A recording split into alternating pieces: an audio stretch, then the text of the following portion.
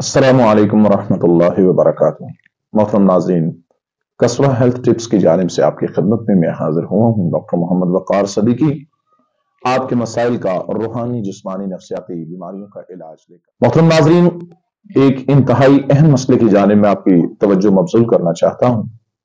बहुत सारे लोग अक्सर ये सवाल करते हैं और स्टूडेंट्स ये सवाल करते हैं कि डॉक्टर साहब ये बताएं कि हाफजा दुरुस्त करने का कोई बेहतरीन नुस्खा, कोई तरीका बताएं जिससे दिमाग तेज हो और बात जल्दी याद हो जाए या सबक जो है वो बहुत जल्द याद हो जाए।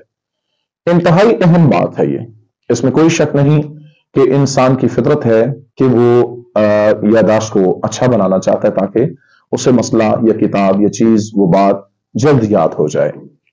मोहतरम नाजरीन, मैं उनको ये मशवरा देता हूं कि अल्लाह रब्बुल इज्जत ने अपने प्यारे नबी हजरत मोहम्मद सल्लल्लाहु अलैहि वसल्लम से फरमाया, वकुल रब्बी जिदनी इल्मा।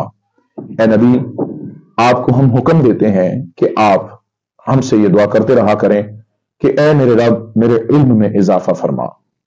और ये दुआ रसूलुल्लाह सल्लल्लाहु अलैहि वसल्लम कसरत से पढ़ा करते थे। आज हम इस दुआ को कभी याद करते ही नहीं और न ही हमारे बच्चों को इन बातों का इल्म होता है कि इंसान की याददाश्त कैसे तेज हो सकती है।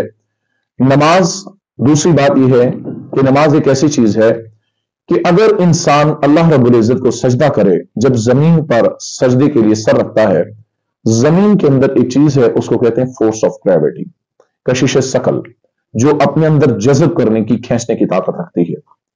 तो जब इंसान सजदा करता है अल्लाह रब्बुल इज्जत को, तो अल्लाह रब्बुल इज्जत उसकी यादाश्त को तेज इसलिए करते हैं कि दिमाग की जितनी बारीक वेन्स हैं, जिनको हम कैपिलरीज भी कहते हैं, उनके अंदर खून प्रॉपर जब पहुंचता है, ब्लड की सर्कुलेशन होती है, तो उससे यादाश्त बहुत तेज होती है।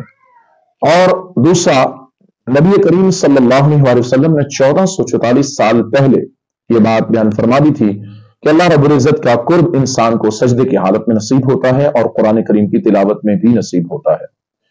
तो क्या ही बेहतर हो कि हम अपने प्यारे आका जनाब मोहम्मद रसूलुल्लाह सल्लल्लाहु अलैहि वसल्लम की सीरत पर अमल फरमाएं, अमल करें और इसमें कामयाबियां हासिल कर लें। यादाश्त को तेज बनाना इंतहाई आसान है। दुनिया में जितने मगजियात बने हैं वो खाने के बाद भी बिलाशुबा चले थोड़ा बहुत तो फर्क आ सकता है कि इंसान की यादाश्त बेहतर हो जाए, लेकिन मुकम्मल तौर पर बेहतर बनाने के लिए यादाश्त को सबसे बेहतरीन लंबा नमाज का सजदा है। अगर नमाज का सजदा बेहतरीन होगा तो बाकी नमाज भी बेहतर होगी और दूसरे मामलात भी बेहतर होंगे, यादाश्त बहुत बेहतर और बेहतरी की तरफ आ जाएगी। लिहाजा सब याद करना कोई मुश्किल नहीं होगा। अम्मा आयशा सिद्दीक़ा रज़ी अल्लाह तआला अन्हा बयान फरमाती हैं कि रसूलुल्लाह सल्लल्लाहु अलैहि वसल्लम अपनी नमाजों के सजदे बहुत लंबे किया करते थे और मैं अक्सर ये समझती कि शायद अल्लाह के प्यारे नबी जनाब मोहम्मद रसूलुल्लाह सल्लल्लाहु अलैहि वसल्लम शायद उनकी रूह मुबारक अल्लाह ना खास्ता परवाज तो नहीं कर गई। लिहाजा हमारे नमाज का सजदा बहुत लंबा होना चाहिए, उसके तस्बीहात ज्यादा से ज्यादा होनी चाहिए और हम इस नीयत से करें कि एक तो अल्लाह राजी हो जाए, दूसरा हमारी यादाश्त इंशाअल्लाह रहमान इसके साथ बेहतरीन हो जाएगी। तीसरा नाजरीन, साइंस कहती है कि जो लफ्ज हम जुबान से बोलते हैं और जो निकालते हैं, इसके आगे इमेजेस तैयार होते हैं। तो क्या ही बेहतर हो कि हम वो अल्फाज कहें जिससे अल्लाह राजी हो और हमारी यादाश्त बेहतर हो। नबी करीम सल्लल्लाहु अलैहि वसल्लम ने फरमाया कि अस्तगफिरुल्लाह अल्लज़ी ला इलाहा इल्ला हुवल हय्युल क़य्यूम व अतूबु इलैहि कहने से भी इंसान के गुनाह माफ होते हैं और जब गुनाह माफ हो जाते हैं तो यादाश्त फास्ट हो जाती है, तेज हो जाती है। ये इंसानी फितरत है। Nature can not be change. फितरत नहीं बदलती, इंसान खुद बदलता है। फितरत अल्लाह ताला की है। अल्लाह ने इंसान को जन्नत से पाकीज़ा भेजा और हमने यहां पर आकर दुनिया के अंदर अपने आप को गंदा किया अपने अमाल की निस्बत से। और अगर हम उन अमाल से पाक और साफ होना चाहते हैं जिनसे हमारा रब नाराज है, तो वो फिर इस्तग़फ़ार कसरत से है। और इसी तरह कुल रब्बि ज़िदनी इल्मा, ये अल्फाज अपनी जिंदगी का हमें मामूल बनाना चाहिए, यानी रब्बि ज़िदनी इल्मा, ए हमारे रब हमारे इल्म में इजाफा फरमा।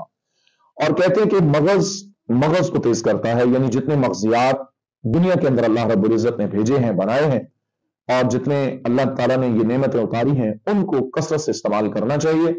और दूसरी बात यह है कि नाजरीन, जितने मगजियात हैं वो जरूर थोड़ा बहुत ساتھ ساتھ استعمال کرتے رہنا چاہیے، اور ہمیں چاہیے کہ ہم اپنی نماز کا سجدہ لمبا کریں اور اپنا علاج جو ہے وہ قرآن اور سنت کی روشنی کے اندر بھی اور طب نبوی صلی اللہ علیہ وآلہ وسلم کے مطابق بھی کریں۔ میں اللہ سے امید کرتا ہوں کہ آپ کو میری بات پسند آئی ہوگی۔ اگر آپ کو میری بات اچھی لگے اور آپ اس پر کمنٹس بھی دیجیے گا۔ دوسرا، اگر کوئی بیماری آپ کو ہو جو آپ کی سمجھ میں نہیں آ رہی تو آپ ہم سے کمنٹس میں اس کے متعلق پوچھ سکتے ہیں، تاکہ ہم آپ کی جو اچھی خواہشات ہیں اور جو آپ کی نفسیاتی، روحانی، جسمانی مسائل ہیں اور طبی مسائل ہیں ان پر انشاءاللہ الرحمن آپ کو میڈیسن بھی جہاں تک ہو سکا اور طبی مشورے اور اسی طرح قرآن و سنت کے مشورے بھی انشاءاللہ دیں گے۔ اللہ سے امید کرتے ہیں کہ اللہ تعالیٰ آپ کو صحت کاملہ عاجلہ سے نوازے۔